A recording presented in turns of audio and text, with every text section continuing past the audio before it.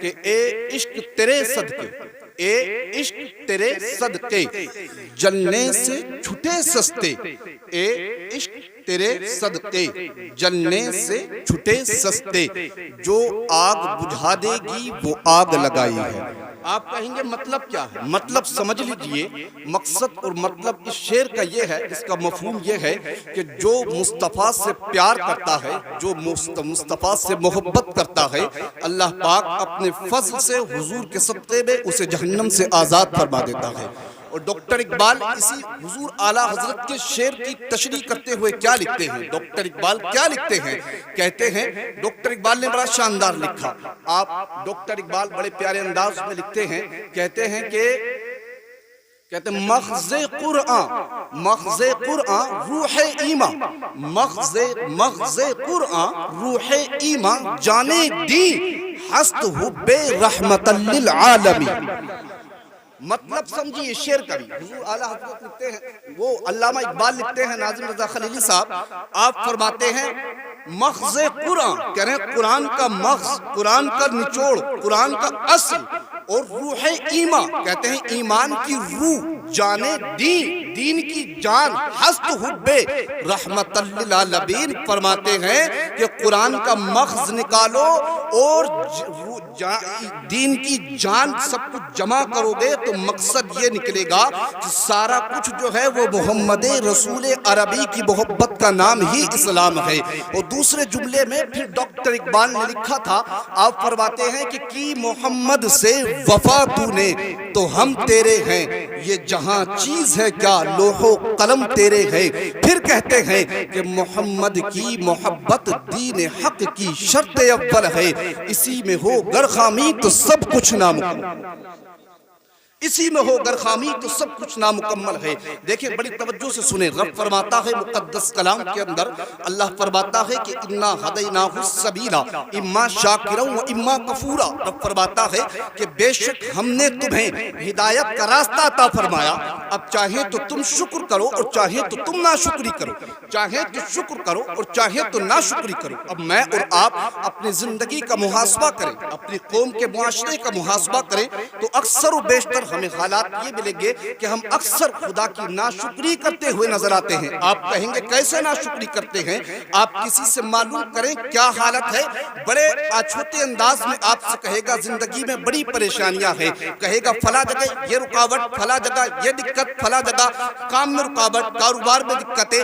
آپ اس سے پوچھیں کہ آپ بتائیں آپ کی زندگی میں یہ مشقتیں ہیں، غوث اعظم فرماتے ہیں نادان انسان ہے تو، اگر تجھے پریشانی سنانی ہے، اگر تجھے اپنی زندگی کی تکلیف ہی کسی کو سنانی ہے تو فرماتے ہیں اگر خدا سے بہتر تیری زندگی کے کوئی مشکلات کو حل کر سکتا ہے تو اسے جا کر کے زندگی کے مشکلات کو سنا دے، اسے جا کر کے سنا دے۔ آپ کے اب دیکھیں حضرت امام غزالی ایک تصوف کے بہت بڑے امام ہیں، آپ فرماتے ہیں کہ اگر خدا سے بہتر کوئی تیری زندگی کے مشکلات حل کر سکتا ہے تو جا کر کے سناؤ۔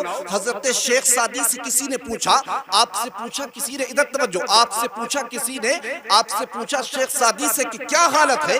شیخ سعدی نے بڑے پیارے جملوں میں کہا، شیخ سعدی نے اتنا سنا تو آنکھوں میں آنسو آ گئے اور رونے لگے۔ پوچھنے والا کہنے لگا حضور کوئی غلطی ہو گئی، کوئی گستاخی ہو گئی؟ آپ فرماتے ہیں تجھ سے نہ غلطی ہوئی ہے نہ گستاخی ہوئی ہے۔ کہا حضرت پھر رونے کی وجہ کیا ہے؟ تو آپ فرماتے ہیں اصل بات یہ ہے کہ اللہ کی نعمتیں کھا کھا کر دانت ٹوٹ چکے ہیں لیکن زبان خدا کی ناشکری سے باز نہیں، زبان خدا کی ناشکری سے باز نہیں آتی۔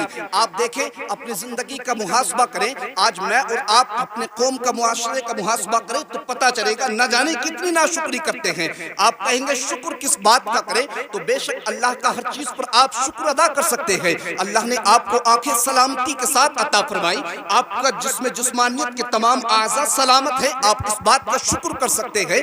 آپ کے گھر کے اندر بچے چھوٹے صحیح سالم ہیں، آپ ان کا شکر کر سکتے ہیں۔ آپ شکر اس بات کا کر سکتے ہیں کہ آپ کے گھر کے اندر کوئی اپاہج نہیں ہے، تب بھی آپ شکر کر سکتے ہیں۔ ورنہ دیکھیں جس گھر کے اندر ایک اپاہج ہوتا ہے سارا گھر اپاہج بن جاتا ہے۔ آپ شکر اس بات کا کریں، سب سے بڑا شکر اس بات کا کریں۔ اللہ قرآن کے اندر ارشاد فرماتا ہے، رب فرماتا ہے هل اتى على الانسان حين من الدهر لم يكن شيئا مذكورا۔ سورہ دہر میں فرماتا ہے، رب فرماتا اے انسان تو کچھ نہیں تھا، انسان تو قابل ذکر شے ہی نہیں تھا، انسان تیرا تو کہیں تذکرہ نہیں تھا۔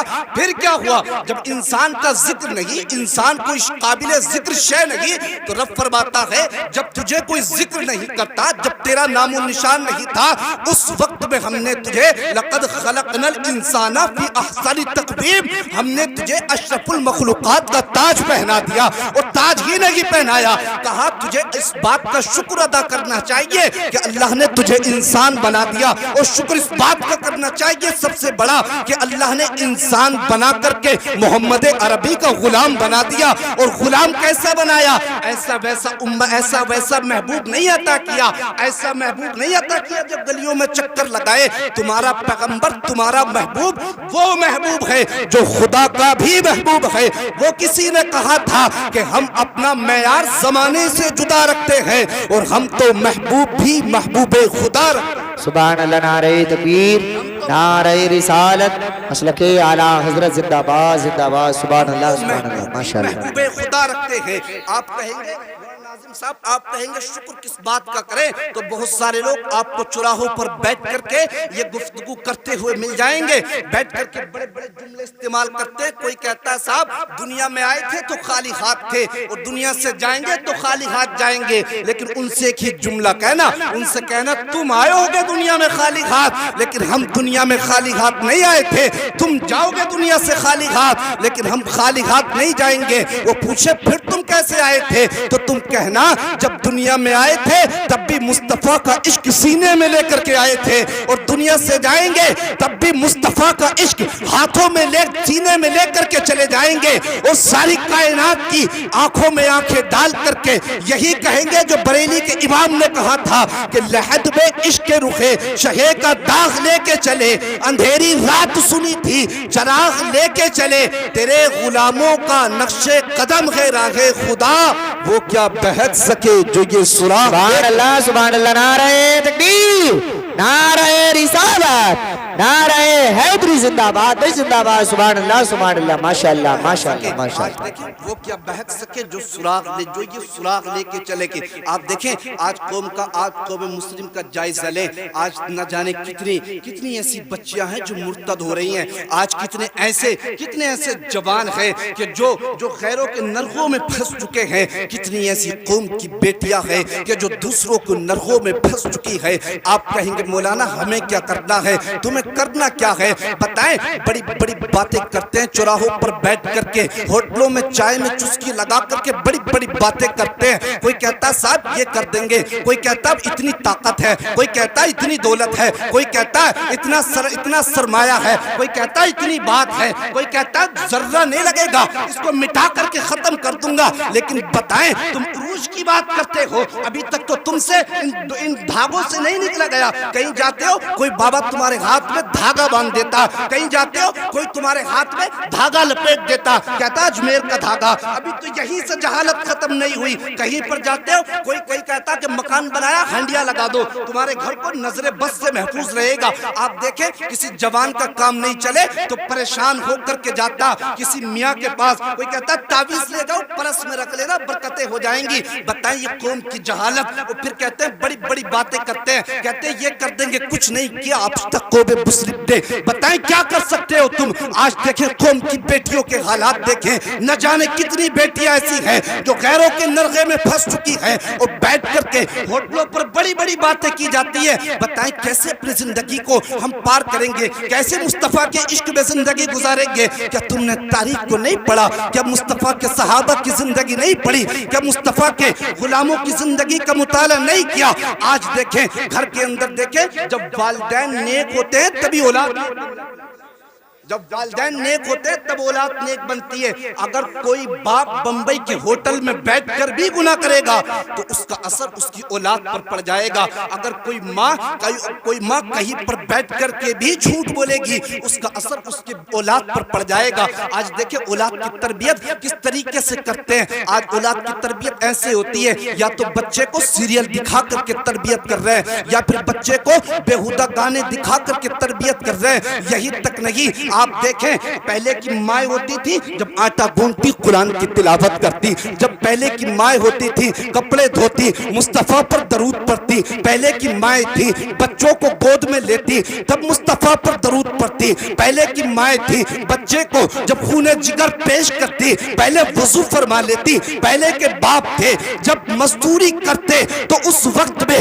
کبھی قرآن کی تلاوت کرتے, کبھی سورہ بقرہ پڑھتے, کبھی درود پڑھتے, کبھی سلام پڑھتے. اور جب وہ ماں باپ درود پڑھ کے محنت کر کے پسینہ بہا کے پیسہ لے کر کے آتے اور جب وہی پیسہ ان کی اولاد کے خون کے اندر جاتا, جب رزق کی شکل میں ان کے جسم کے اندر جاتا تو بظاہر تو وہ پیسہ نظر آتا لیکن خدا اپنی قدرت سے مصطفیٰ کے صدقے پہ اس رزق سے بننے والے خون کے قطرات کو مصطفیٰ کی محبت کا نور بنا دیتا. اور پھر یہی تک نہیں, آپ دیکھیں جب باپ نیک ہوتا ماں نیک ہوتی تو اولاد پھر کوئی ڈانسر نہیں بنتی, اولاد پھر ماں باپ کو دھکے مار کر کے نہیں نکالتی, پھر اولاد پھر کبھی غلام غوث اعظم بن کر کے نکلتی, کبھی غلام غریب نواز بن کر کے نکلتی. اور پھر اگر کوئی ٹکرانے کی بھی کوشش کرتا تو ساری کائنات کی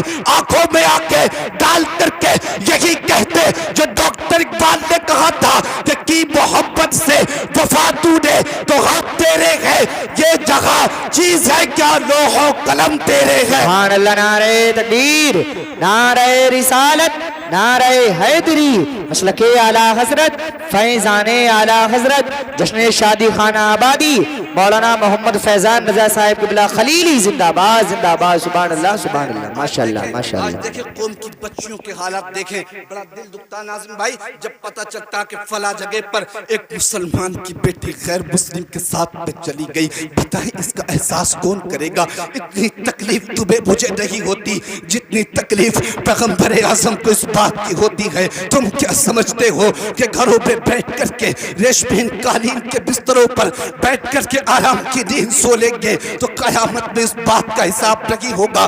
یہ عورتیں مصطفیٰ کے دین کی جان تھی. آپ پڑھیں تاریخ, آپ کیا سمجھتے ہیں کہ عورت کا کام صرف گھر کے اندر روٹیاں پکانا, آپ کیا سمجھتے ہیں کہ عورت کا کام صرف شوہر کے کپڑے دھو کر کے دینا یہی عورت کا کام ہے؟ نہیں نہیں, آپ تاریخ پڑھ کر کے دیکھیں اور پڑھیں مصطفیٰ کی شریک حیات کی تاریخ. کون شریک حیات؟ حضرت خدیجۃ الکبریٰ. کون ہے یہ خدیجۃ الکبریٰ؟ یہ وہ مقدس شخصیت ہے. ساری کائنات کا سکون پیغمبر اعظم کے اندر رکھا گیا ہے. جب تک بندہ مصطفیٰ کا نام نہ لے گا, جب تک جس کے سینے میں مصطفیٰ کا عشق نہیں ہوگا, جب تک اسے سکون نہیں ملے گا. اور پیغمبر اعظم کا سکون اماں خدیجہ کے اندر رکھا گیا. کون ہے حضرت خدیجۃ الکبریٰ؟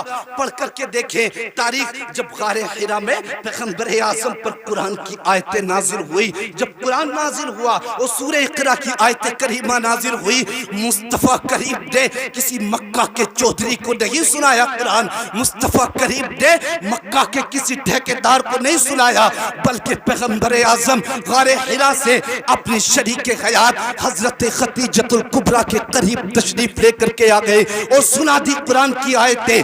وہ کیوں سنائی تھی حضرت خدیجۃ الکبریٰ کو؟ اس لیے سنا رہے تھے آقا مصطفیٰ جانتے تھے کہ آج میں اپنی بیوی حضرت خدیجۃ الکبریٰ کو قرآن سناؤں گا, یہی میری شریک حیات قرآن اپنی بیٹی فاطمہ کو سنائے گی. فاطمہ قرآن حضرت امام حسن امام حسین کو سنائیں گی, اور جب امام حسن اور امام حسین کو قرآن سنایا جائے گا تو نیزے کی نوک پر بھی قرآن سنا دیا جائے گا. نیزے کی نوک پر بھی قرآن سنا دیا جائے گا. لیکن آج دیکھیں حالتیں کیا ہیں. نہ تو باپ نمازی ہے، نہ بیٹا نماز پڑھ رہا ہے، نہ باپ نماز کے قریب ہے، نہ ماں نماز کے قریب ہے. آپ کیا سمجھتے ہیں؟ عورتوں نے بڑی قربانیاں دی ہیں. عورت نسلوں کی محافظ ہوتی ہے. گھروں کے اندر پردوں کا اہتمام کرے، گھروں کے اندر اپنے مصطفیٰ کی شریعت کے قانون لاگو کرے. دیکھیں کیسے کیسے مصطفیٰ کے صحابہ کی بیویوں پر اذیتیں ہو گئی. آپ کیا سمجھتے ہیں؟ لوگ کہتے ہیں کہ مصطفیٰ کے صحابہ لاجواب ہیں. مصطفیٰ کے صحابہ ہی لاجواب نہیں ہے، مصطفیٰ کے صحابہ کی بیویاں بھی لاجواب، مصطفیٰ کے صحابہ کی بیویاں بھی لاجواب ہیں. آپ پڑھ کر کے دیکھیں تاریخ حضرت سمیہ کی. کون سمیہ ہے؟ حضرت سمیہ پر جب حضرت سمیہ پر کفار ظلم کرتے، حضرت سمیہ پر کفار ظلم کرتے، کبھی کوڑے برساتے، کبھی تکلیف دیتے، کبھی پتھر مارتے، کبھی گھسیٹتے مکہ کے وادیوں میں، کبھی مکہ کے راستوں پر حضرت سمیہ کو تکلیف دی جاتی. حتیٰ کہ ایک مرتبہ تو ایسا ٹائم آ گیا کفار مکہ نے حضرت سمیہ کو قید کر دیا، اور قید کر کے جب مکہ کے چوراہے پر ابو جہل حضرت سمیہ کو لے کر کے آیا، اور لا کر کے حضرت سمیہ پر ظلم و تشدد کے پہاڑ توڑے جانے لگے.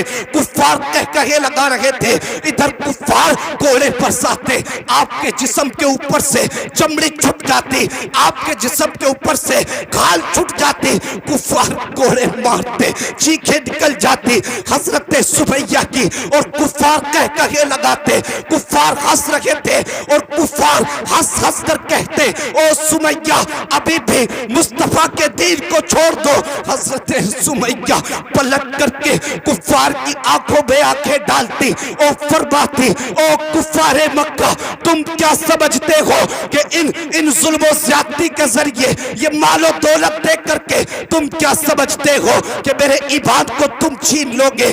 آپ فرماتی ہے، او کفار مکہ سنو تو ذرا، جتنا تمہارا ظلم بڑھتا ہے اتنا ہی سمیہ کے سینے میں مصطفیٰ کا عشق بڑھ جاتا ہے. یہی تک نہیں، کفار دیکھتے پھر ظلم کرتے، پھر حضرت سمیہ کو مکہ کے چوراہے پر لا کر کے شہید کر دیا، اور حضرت سمیہ کے نیزہ مار کر کے جب شہید کیا گیا، وہ حضرت سمیہ جام شہادت کو پی کر کے ساری کائنات کو پیغام دے رہی تھی. اور دنیا والوں سنو تو ذرا، اگر پیغمبر اعظم کی ناموس کی بات آ جائے، جان تو دے دینا، کبھی بھی مصطفیٰ کا دیا ہوا ایمان مت دینا. سبحان اللہ. نعرہ تکبیر، نعرہ رسالت، مسلک اعلیٰ حضرت، فیضان اعلیٰ حضرت زندہ باد زندہ باد. سبحان اللہ سبحان اللہ، ماشاءاللہ ماشاءاللہ. بنائیں اپنے گھروں کے ماحول. بڑی تکلیفیں اٹھائیں مصطفیٰ کے صحابہ نے، بڑی تکلیفیں اٹھائیں. آج تو صاحب تمہارے میرے بچے کے پاؤں میں کانٹا لگ جائے تڑپ کر کے رہ جاتے ہیں. تمہارا میرے بیٹے کو اگر کچھ ٹائم کے لیے کھانا نہ ملے تڑپ کر کے رہ جاتے ہیں. بخار آ جائے باپ تڑپ جاتا، ماں تڑپ جاتی ہے. لیکن کبھی پڑھے شیبہ ابو طالب کی گھاٹی، کبھی پڑھے مصطفیٰ کی صحابہ کی بیویاں اپنے بچوں کو شیبہ ابو طالب کی گھاٹی کے اندر اپنی گودوں میں دم توڑتے ہوئے دیکھ رہی تھی. بھوک اور پیاس کی وجہ سے. کیا ہے شیبہ ابو طالب؟ 3 سال کا وقت گزارا پیغمبر اعظم نے، اور تنہا نہیں گزارا، فاقے سے رہے کئی روز تک. مصطفیٰ کے صحابہ کی بیویاں اپنے بچوں کو فاقے سے رکھ دی، پتے پیس کر کے کھاتے، وہاں پر ستو بنا کر کے پانی میں گھول کر کے پیتے. بچے پیاس سے بھوک سے تڑپتے. ان کی مائیں بچوں کے منہ پر ہاتھ رکھتی اور کہتی، بیٹا آج یہاں پر بھوک اور پیاس کو برداشت کر لینا. یہی پیغمبر اعظم جنت کے اندر آب کوثر کے جام سے سیراب فرماتے. لیکن آج دیکھیں نہ تو بچوں کی تربیت کرتے ہیں، نہ بچوں کو علم دین سکھانے کی طرف راغب کرتے ہیں. آج تو صاحب باپ خود نماز نہیں پڑھ رہا تو بیٹا کہاں سے پڑھے گا. آج تو صاحب ماں بھی بچوں کی تربیت نہیں کر پا رہی صحیح معنی میں. آپ دیکھیں مصطفیٰ کے صحابہ، ایک جنگ ہو رہی تھی، اس جنگ کے اندر جب جنگ کی تیاریاں چل رہی تھی، جب جنگ کی تیاریاں چل رہی تھی تو اس وقت میں آتا ہے کہ کوئی ماں اپنے 18 سالہ جوان کو لاتی اور عرض کرتی، یا رسول اللہ جب آپ جنگ میں جائیں گے میرے بیٹے کو جنگ میں پیش کر دینا. کوئی ماں 15 سالہ جوان کو لے کر کے آتی اور عرض کرتی یا رسول اللہ آپ جنگ میں جائیں گے میرے بیٹے کو جنگ میں لے کر کے چلے جائیں. آقا میں مقدر پر ناز کروں گی جب میرا بیٹا جنگ میں شہید ہو جائے گا. اسی حالت میں اللہ کے پیغمبر نے دیکھا کہ ایک ایسی ماں اپنے 2.5 سالہ بیٹے کو لے کر کے گود میں لے کر کے آ رہی ہے اور لا کر کے پیغمبر اعظم کے قدموں میں رکھ دیا اور رکھ کر کے کیا کہتی ہیں جانتے ہو؟ مصطفیٰ سے عرض کرتی ہے یا رسول اللہ آپ جنگ میں جا رہے ہیں. آقا میرے پاس مال و دولت تو نہیں ہے, آقا میرے پاس مال تو نہیں ہے, لیکن یا رسول اللہ یہ 2.5 سال کا بیٹا ہے, اس کو جنگ میں لے جائیں. پیغمبر اعظم نے اتنا سنا تو اللہ کے پیغمبر کی آنکھوں میں آنسو آ گئے اور آقا فرماتے ہیں او میرے صحابی کی بیوی یہ بتا تو ذرا جنگ کے اندر تو جوانوں کا کام ہے, جنگ کے اندر تو جوانوں کا کام ہے, یہ چھوٹے چھوٹے بچے کیا کریں گے؟ 2.5 سال کے بچے کا جنگ کے اندر کیا کام ہوگا؟ وہ مصطفیٰ کے صحابہ کی بیوی صحابی کی بیوی آنکھوں میں آنسو لا کر کے عرض کرتی ہے یا رسول اللہ جنگ کے اندر تیر بھی چلتے ہیں, جنگ کے اندر تلواریں بھی چلتی ہیں, آقا انہی تیروں کو روکنے کے لیے ڈھال کی ضرورت پڑتی ہے. عرض کرتی ہیں آقا جب میں چاہتی ہوں جب آپ کی طرف کسی ظالم کا تیر آئے تو یا رسول اللہ میں چاہتی ہوں وہ تیر آپ کے بعد میں لگے, میرے بیٹے کے سینے میں تیر پہلے لگ جائے.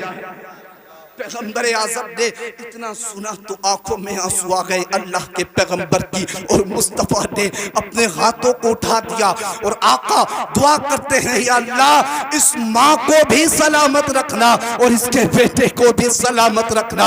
اور پھر آقا نے تمام صحابہ کی طرف متوجہ ہو کر کے ارشاد فرمایا, آقا فرماتے ہیں او میرے صحابہ سنو تو ذرا, جب تک مذہب اسلام کے اندر ایسی مائیں رہیں گی جب تک میرے دین کا کوئی کچھ بھی نہیں بگاڑ سکتا, جب تک کوئی میرے دین کا کچھ بھی نہیں بگاڑ سکتا ہے. لیکن آج دیکھیں ہم اپنے بچوں کی تربیت کس انداز میں کرتے ہیں. بتائیں آج بچوں کی تربیت کے کیا حالات ہیں. پہلی چیز تو ہمارے اور آپ کی حالت یہ ہے کہ صاحب مسجدوں سے جانے سے ہم دور ہیں, تمام طریقے کی برائیاں میرے آپ کے اندر گھسی ہوئی ہیں, داخل ہوئی ہیں. ہم تو سمجھتے ہیں صاحب شادی بیاہ میں دیگر خرافات کو سمجھتے ہیں کہ وہ کام دوسرے ڈی جے یا دیگر ناچ گانے کرنا تو امیروں کا کام ہے. کوئی یہ محفل پاک سجا لے تو کہتے ہیں نہیں یہ تو غریبوں کا کام ہے صاحب محفل پاک منانا, تو یہ تو غریب مناتے ہیں, نہیں ہم پہ تو پیسہ آنا, تو اس لیے ہم تو صاحب موڈرن بن چکے ہیں. اتنے بھی موڈرن مت بنو کہ قبر میں جا کر کے سختی سے پھنس جاؤ, اتنے بھی موڈرن مت بنو کہ اللہ پاک کی دہلیز سے دور ہی چلے جاؤ, اتنے بھی موڈرن نہ بنو کہ پیغمبر اعظم کو بالکل ہی مصطفیٰ کی محبتوں کو سینے سے نکال دو, اپنی زندگیوں کو پاکیزہ کر لو. آتا ہے جو انسان مصطفیٰ کی محبت میں دنیا فانی سے جائے گا اللہ کے پیغمبر کے ساتھ میں جنت میں نظر آئے گا. آپ اپنی زندگیوں کو پاکیزہ کریں, اپنے گھروں کے ماحولوں کو پاکیزہ بنائیں, اور پھر دیکھیں کہ زندگی میں کس طریقے سے سکون آئے گا, اور پھر دیکھیں کس طریقے سے اپنی زندگیوں میں ہم انقلاب لے کر کے آئیں گے. اللہ پاک مجھے اور آپ کو ہم سب کو ان باتوں پر عمل کی توفیق عطا فرمائے.